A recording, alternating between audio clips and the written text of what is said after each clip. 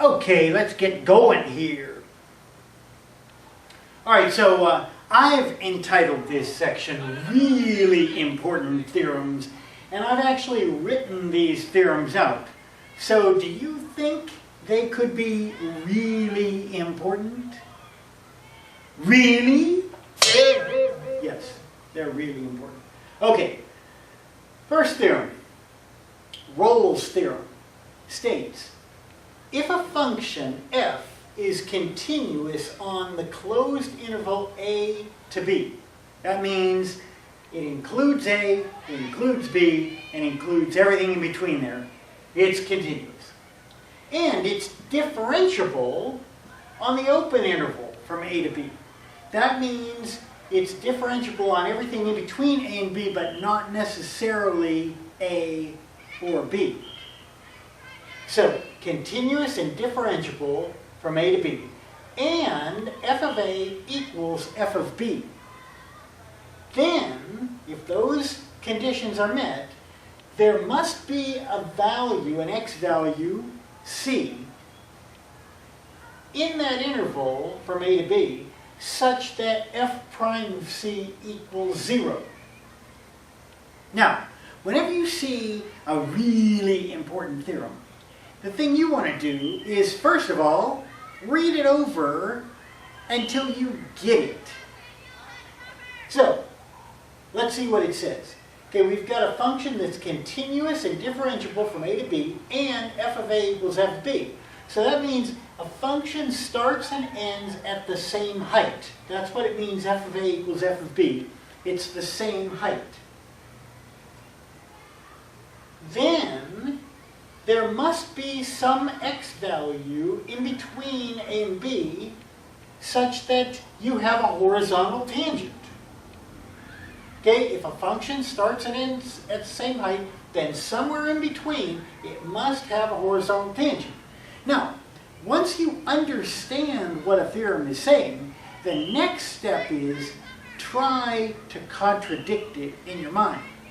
Because if you can think of a case that would contradict it, then you write the paper, bring it to me, and we'll submit it for the Nobel Prize. Okay, so think about this now. What if the function went from a to b, it's got to start and end at the same height. What if that function was just plain flat, like the function y equals f of a? It's just a flat function all the way across. Well, clearly, that's going to have a horizontal tangent. Every single point in that function will be horizontal.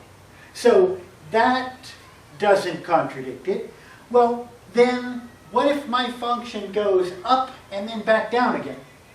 So my function has to start at f of a, and it's got to get back down to that same place. Well, clearly, there's a place here with a horizontal tangent, like, bam, right there. That's horizontal tangent. That only touches one point, by the way. Okay, now, likewise, if our curve, instead of going up first, it went down first, well, then you're going to have a horizontal tangent that's going to be a minimum. Now, notice the way I drew this, there's actually one here, and there's one here. So you might have more than one. It just says there exists some x value. So there could be a c sub 1, a c sub 2, c sub 3. Now, so really, there's no way that you could think that you could get from a to b, starting at f of a, ending at f of b, when f of a and f of b are equal, and not end up with a horizontal tangent. You know, let's say you did something really wacky, like zigzag up all around and trying to get the guy lost. Well, notice, where are the horizontal tangents? every single time you went up and came back down, you've got a horizontal tangent. And every time you went down and came back up, you've got a horizontal tangent. So you could have lots of horizontal tangents. So that's all Rolle's theorem is saying is, if you have a function that starts and ends the same height, then somewhere in between, it must have a horizontal tangent. And it might have those horizontal tangents more than one place. Okay, now, there are proofs, or I should say there is a proof covering all possible cases in the book on page 290 and 291. I don't really care, I'm sorry, the proof's just on 290. I don't really care that you can prove it. I just want you to understand it and be able to apply it. Okay, now, take a look at example 2, because that's kind of interesting. Example 2 says, prove that the equation x cubed plus x minus 1 equals 0 has exactly one real root. Okay, so let's check that out.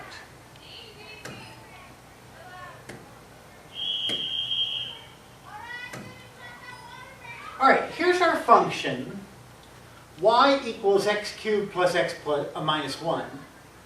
And now the fact that the equation x squared plus x minus 1 equals 0 has one real root, what we're saying is the function has one real 0. Now, here's the real 0 right here. Now the question is, how do we know that there's exactly one real 0? Well, first of all, we need to prove that there is exactly one real, or that there is at least one real 0. And you can't just say, well, look, I graphed it, there it is. So here's how we prove that there's at least one 0. We use the intermediate value theorem. We say that f of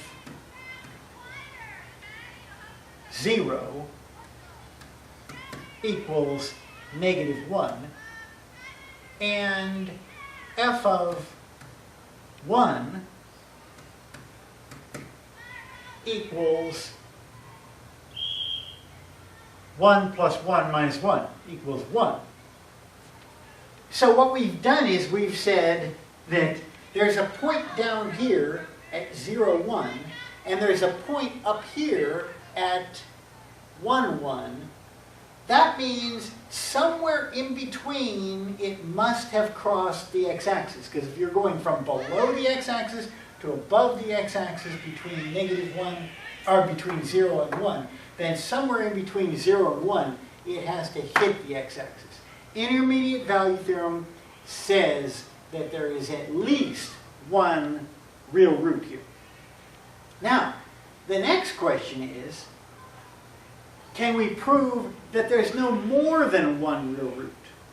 Okay, we need to prove that there's exactly one root. So exactly one means that there is in fact one, and there is not more than one. All right, so let's prove that there is not more than one.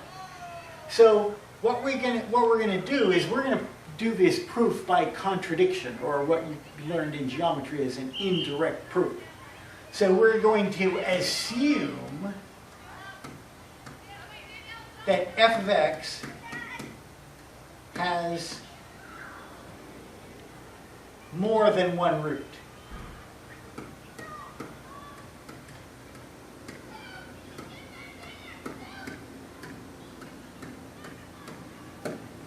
More than one real root. Now, what we're going to try to do is show that there's a contradiction there,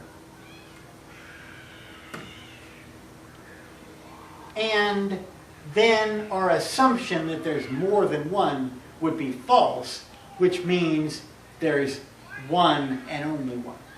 Okay, so assume f of x has more than one real root.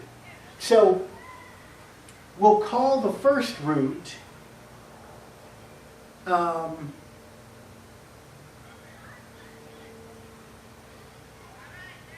Yeah. The first root is going to be the one that's between -1 and 1. And so,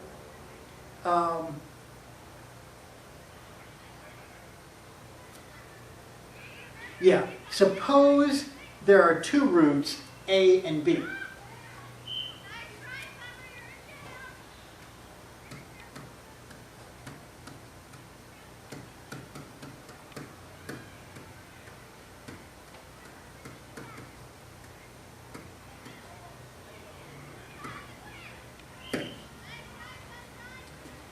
So now, if a and b are roots, then we know that f of a has to equal 0, because that's what a root is. When you plug in the x value into the function, you get 0. And same thing with f of b. f of b equals 0, because that's what a root is. So f of a equals 0, f of b equals 0. Now, Rolle's theorem says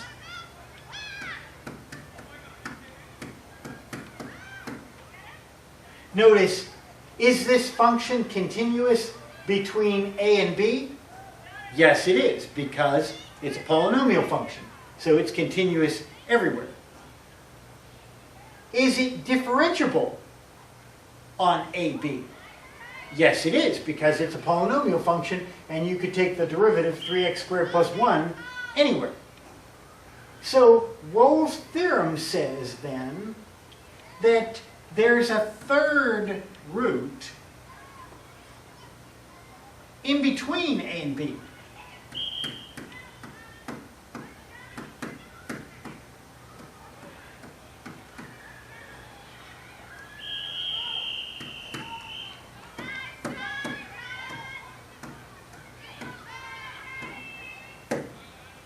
Because f of a equals f of b, then there must be a horizontal tangent somewhere in between a and b. Okay, wait. That doesn't mean there's a root. There's a horizontal tangent between a and b.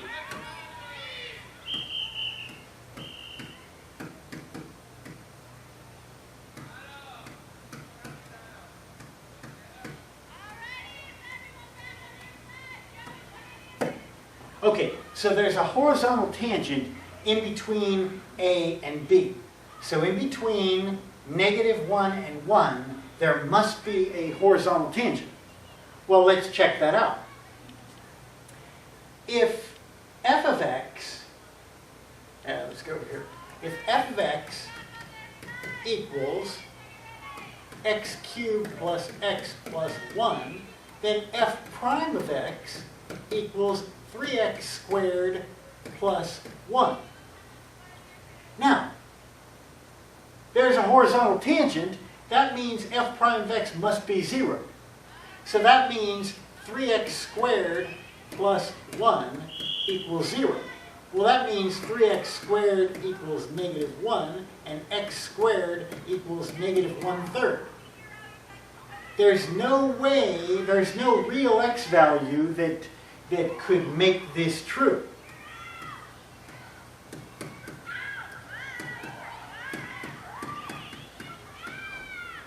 So we have a contradiction. Since we have a contradiction, then our supposition that f of x has more than one root is incorrect. Therefore,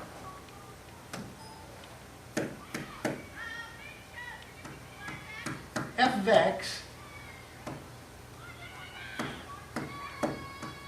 does not have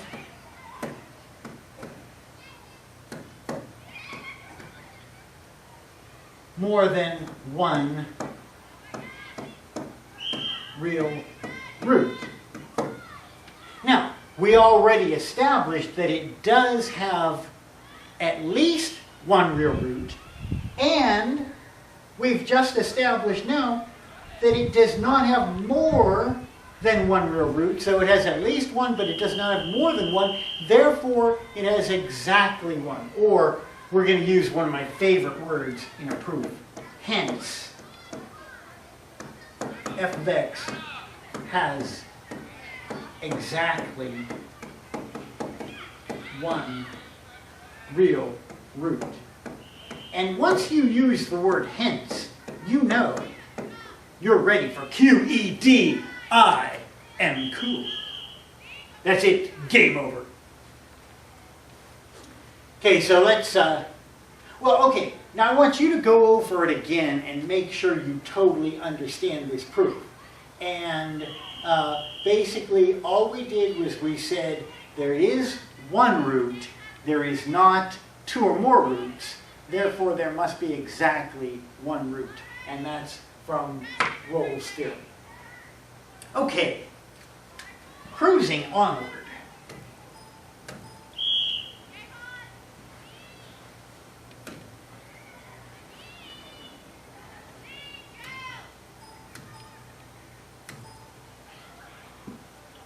Now this theorem is even more important than the mean value theorem.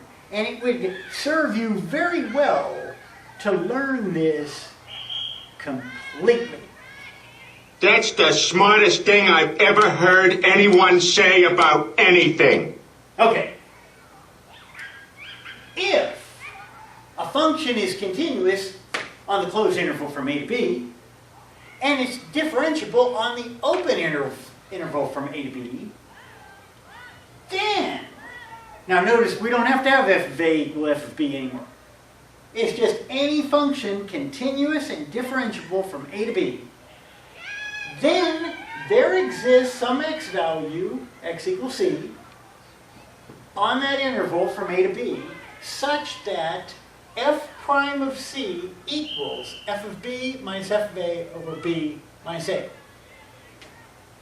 Okay, let that sink in here. For any function on this interval, somewhere between a and b, the slope of the tangent, that's what f prime of c is, the slope of the tangent, must equal the average slope from a to b. The slope of the tangent must equal the average slope from a to b. All right, so now let's check this out. Oh no, it's black or blue, how embarrassing. Okay, now this time,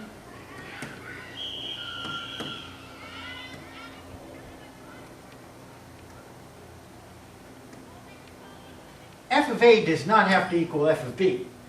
So we could start, let's say, we could start here and we could end up here.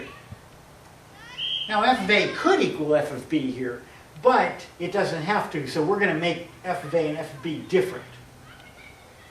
Okay, now, I'm going to make a function that's going to go from point A to point B, and somewhere in between those 2 points, there will be a point whose tangent is going to be the same slope as the average slope from A to B. So, before we get started, let's just draw that average slope from A to B.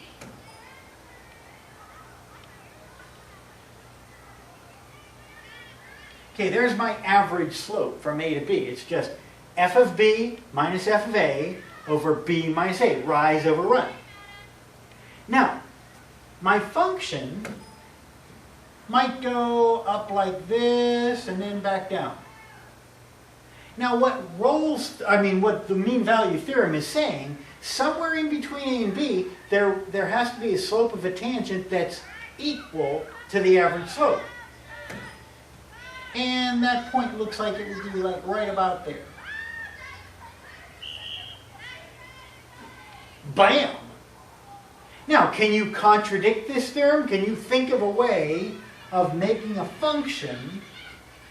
So we'll take out our blue line that we have right here. Now let's make a function that contradicts that. Well, what if it went straight from A to B on a straight line? It was a linear function from A to B. Well, that means every point would have the slope from A to B. Now, what if it went up above and then maybe down below and then back up? Well, notice this one, you're going to have two of these C values. You're going to have one right about there, and you're going to have another one right about there. And notice, what are the C values? Well, they're X values. So here would be C sub 1, and here would be C sub 2. So that's all the mean value theorem is saying. It's similar to Rolls, because Rolls is saying if we start and finish on a horizontal line, somewhere in between you're going to have a horizontal tangent. Well, mean value says if we start and finish anywhere, then at some point you're going to have tangents that are the same as the average slope. And so now let's think about this as far as you're driving a car. Okay, if I start in my car at point A and I end at point B, and I drive an average speed of 50 miles an hour. Let's just put that down here. Average speed is 50 miles an hour.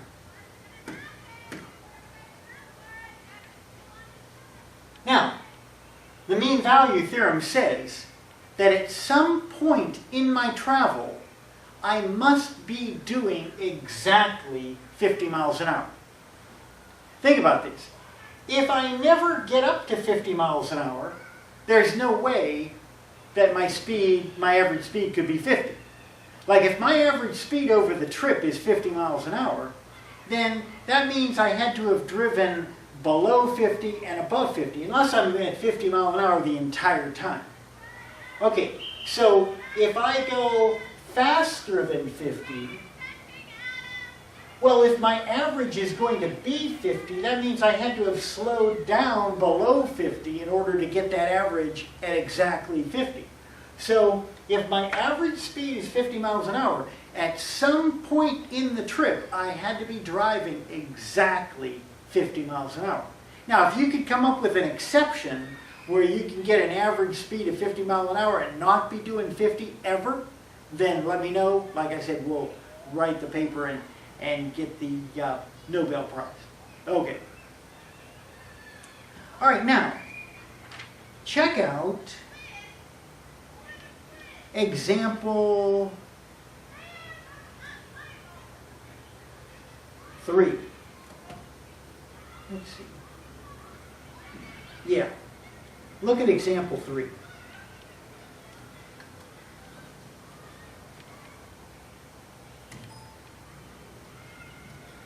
F of x equals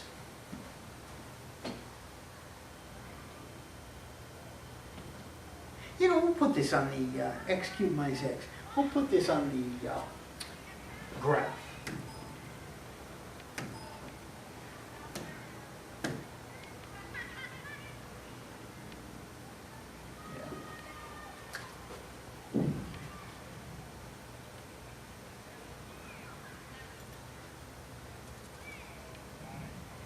F of x equals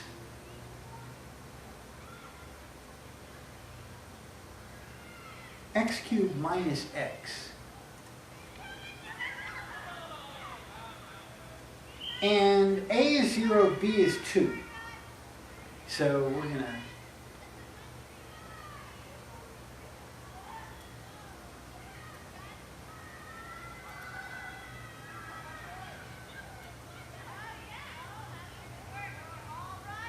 okay. Oh, not low enough. Well, you know what? back out of here just a bit. Keep backing. Okay. Now, we're interested in going from 0 to 2. Okay. Now what this is saying is, f's a polynomial, it's continuous and differentiable, so it satisfies the mean value theorem. So what we have to do is find the number c in between 0 and 2 that verifies the mean value theorem. Okay, so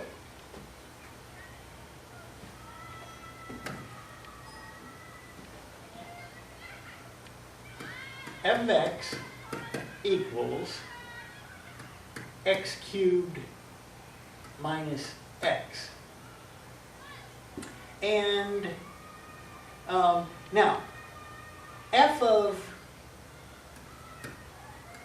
0 equals 0. And f of 2 equals 2 cubed minus 2, which is 8. 8 minus 2, which is 6. So basically, we're going from 0, 0 to 2, 6. And what's the slope of that? Well, my f of b minus f of a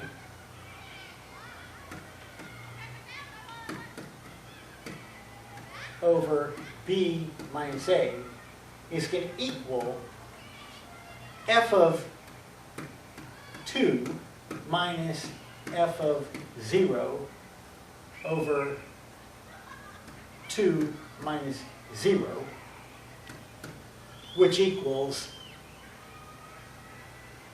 6 minus 0 over 2 minus 0, which equals 3. All right, so what we just found out was my f of b minus f of a over b minus a equals 3.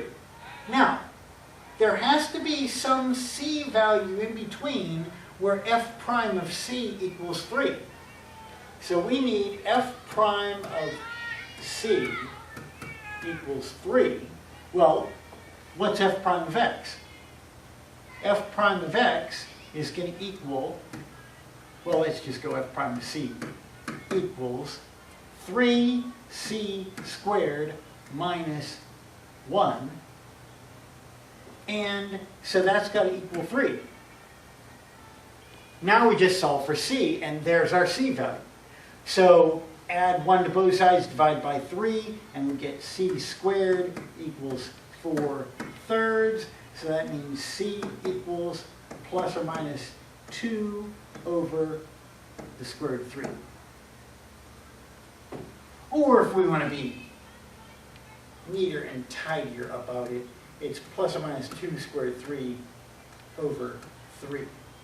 There's our c values. Now, notice, we only want the c value that's in between 0 and 2. So that means this minus is unnecessary, because the minus would put it outside of 0 and 2. So it's 2 squared 3 over 3, and that is definitely in between 0 and 2. So that's it, game over. All right.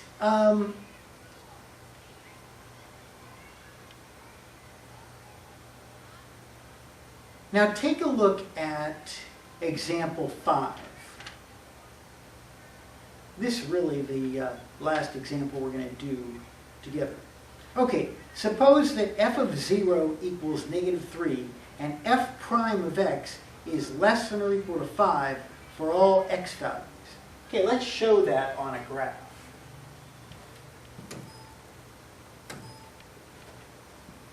Yeah, I don't like this graph. Let's get rid of this puppy.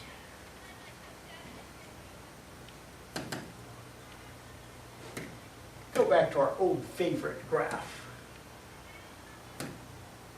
All right.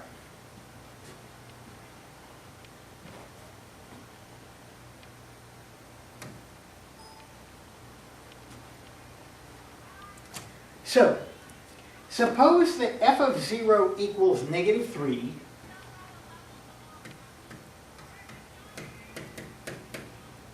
and f prime of x is less than or equal to 5.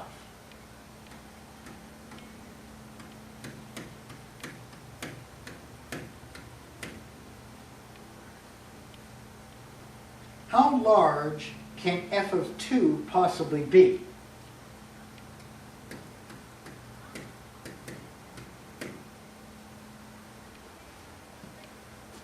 Now, notice what they're doing here. They're saying that according to the mean value theorem, I have the interval from 0 to 2.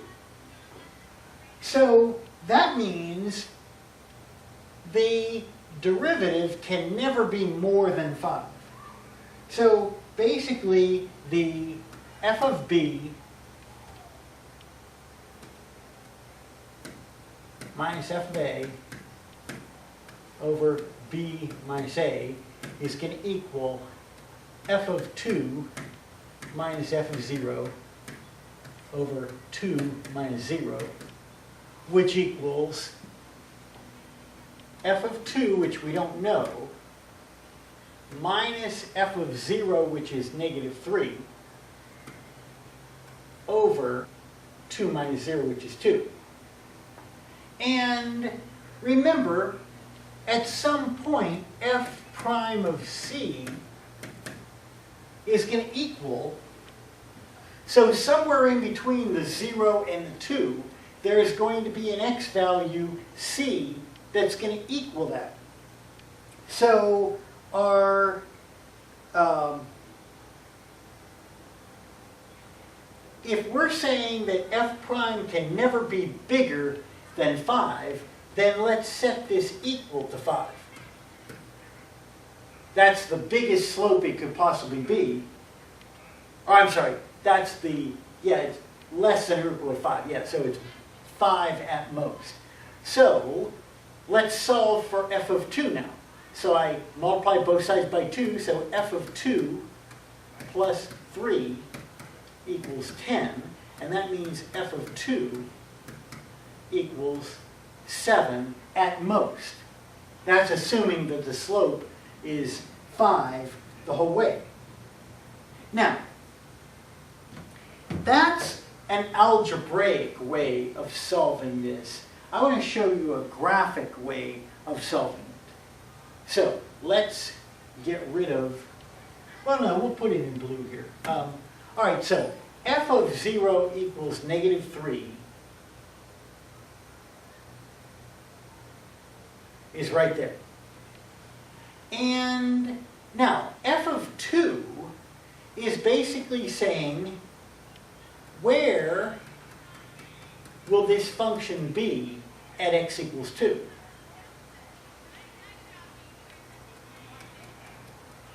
Well, the function could be as low as we want, because all this is saying is the slope is less than 5. So if the slope were 0, then I could have f of 2 equal negative 3. If the slope was negative, I could have f of 2 equaling some larger negative number. But we want to know the highest value that this slope could ever be. So the slope is never bigger than 5. That means if I go a slope of 5, 1, 2, 3, 4, 5, over 1, that's as steep as it could possibly be on average. And then 1, 2, 3, 4, 5 over another 1. So there is as steep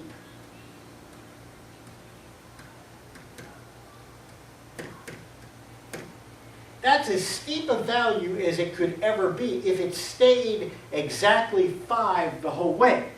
Now see, our function can never be steeper than 5. So it could hit this dotted line somewhere below 7, but it could never be above 7. Otherwise, your slope has to be bigger than 5. That's it. Game over. Have fun with these.